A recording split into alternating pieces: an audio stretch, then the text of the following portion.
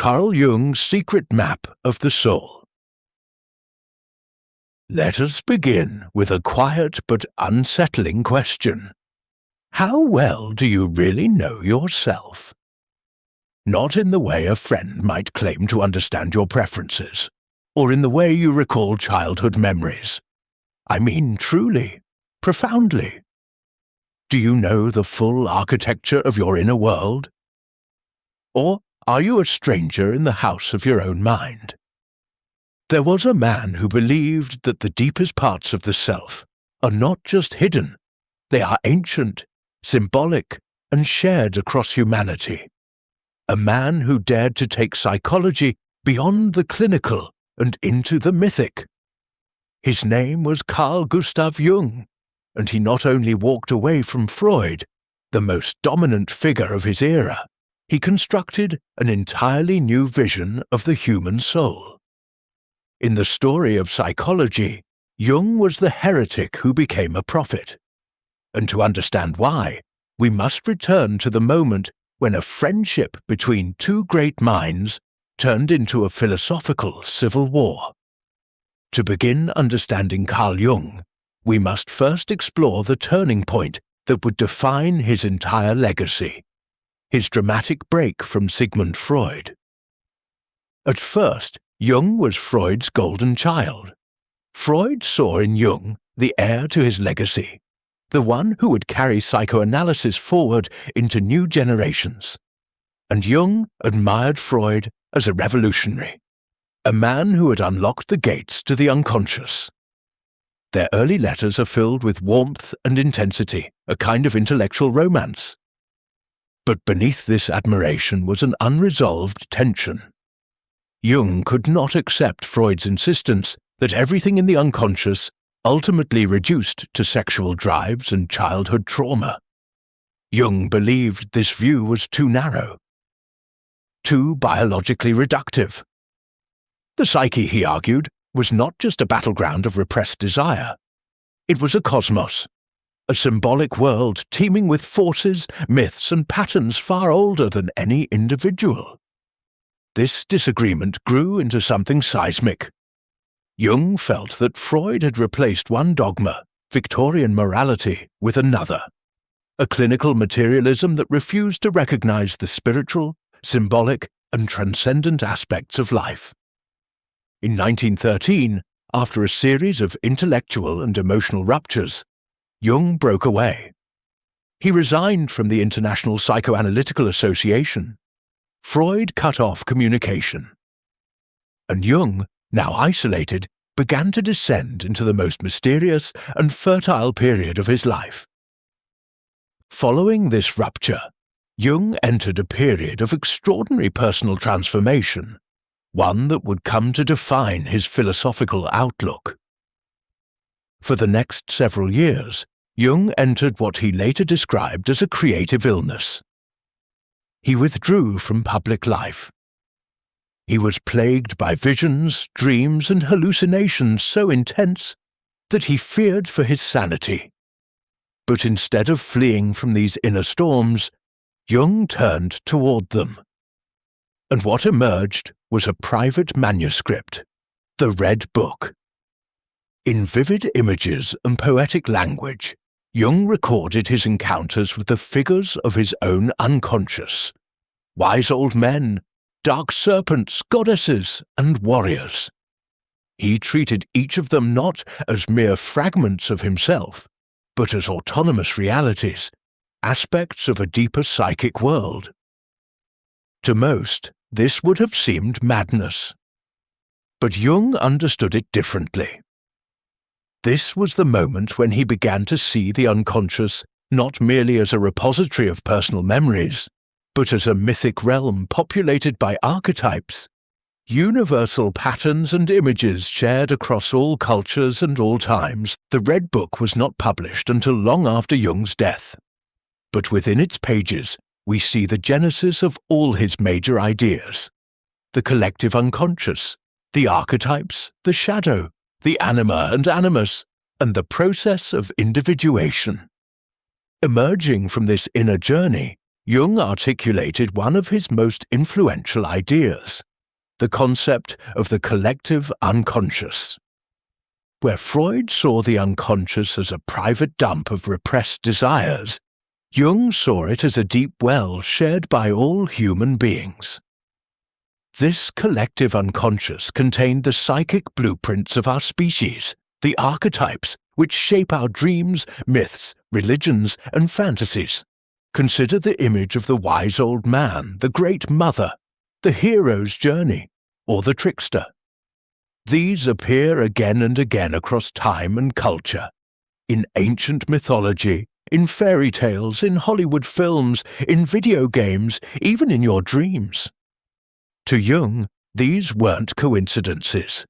They were echoes of the archetypes, structures embedded deep in our psychic DNA.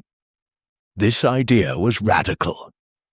It suggested that our individual minds are not entirely our own, but rather branches of a vast, ancient psyche, what Jung sometimes called the objective psyche.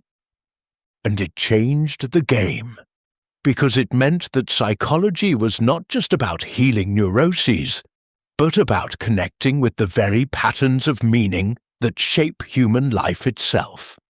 Within this shared unconscious, Jung proposed the existence of fundamental patterns, what he called archetypes. Jung never claimed that archetypes are images.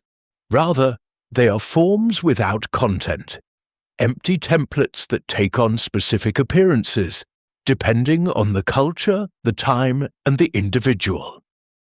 The mother archetype might appear as Demeter in Greek myth, as the Virgin Mary in Christian tradition, or as your own nurturing grandmother.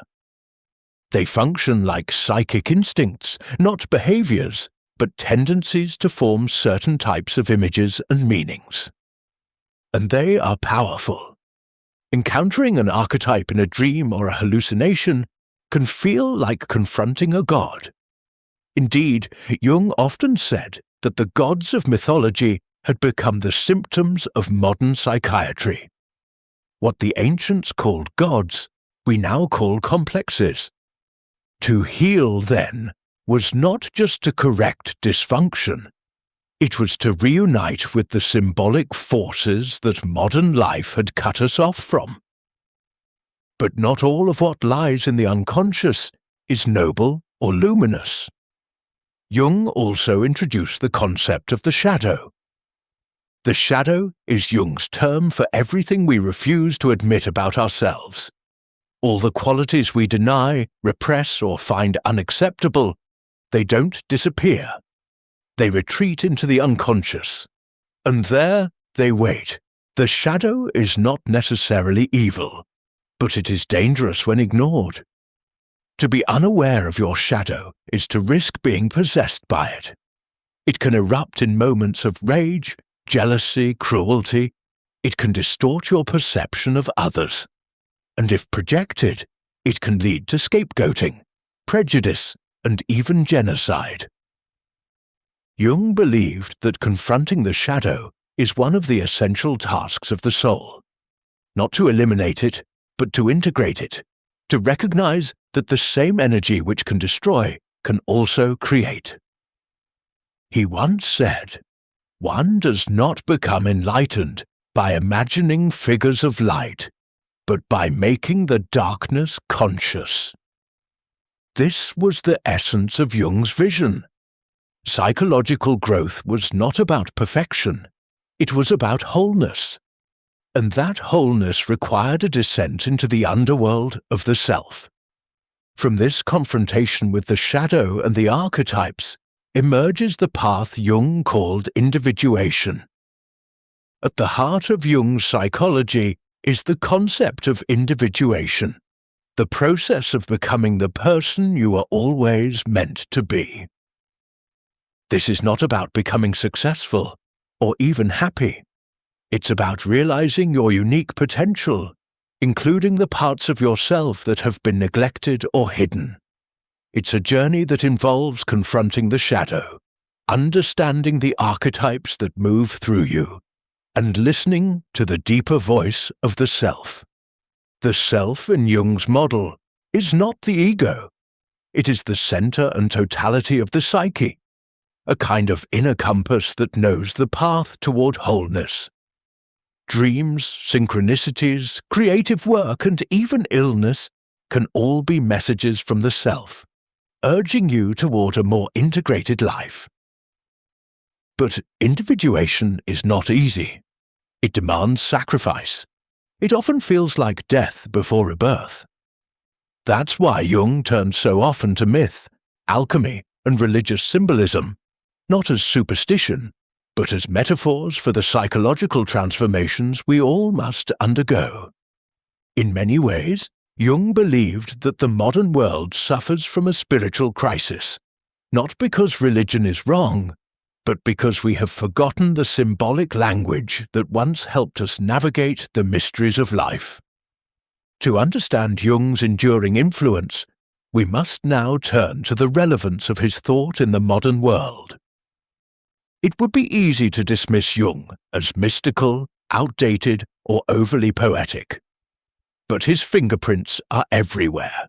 In film, literature, therapy, art, spirituality, and even artificial intelligence. Why? Because Jung's psychology answers a hunger that still haunts modernity. A hunger not just for mental health, but for meaning. In a world of algorithms and metrics, Jung reminds us that the human soul is not a machine. It is a mystery, a myth in motion, and that we cannot truly live until we have made that inner journey, faced the shadow, embraced the archetypes, and found our way toward wholeness. So let us end with a question, one that might linger, one that might bother you. What part of yourself have you not yet dared to meet? Curious minds never stop. Subscribe to keep exploring.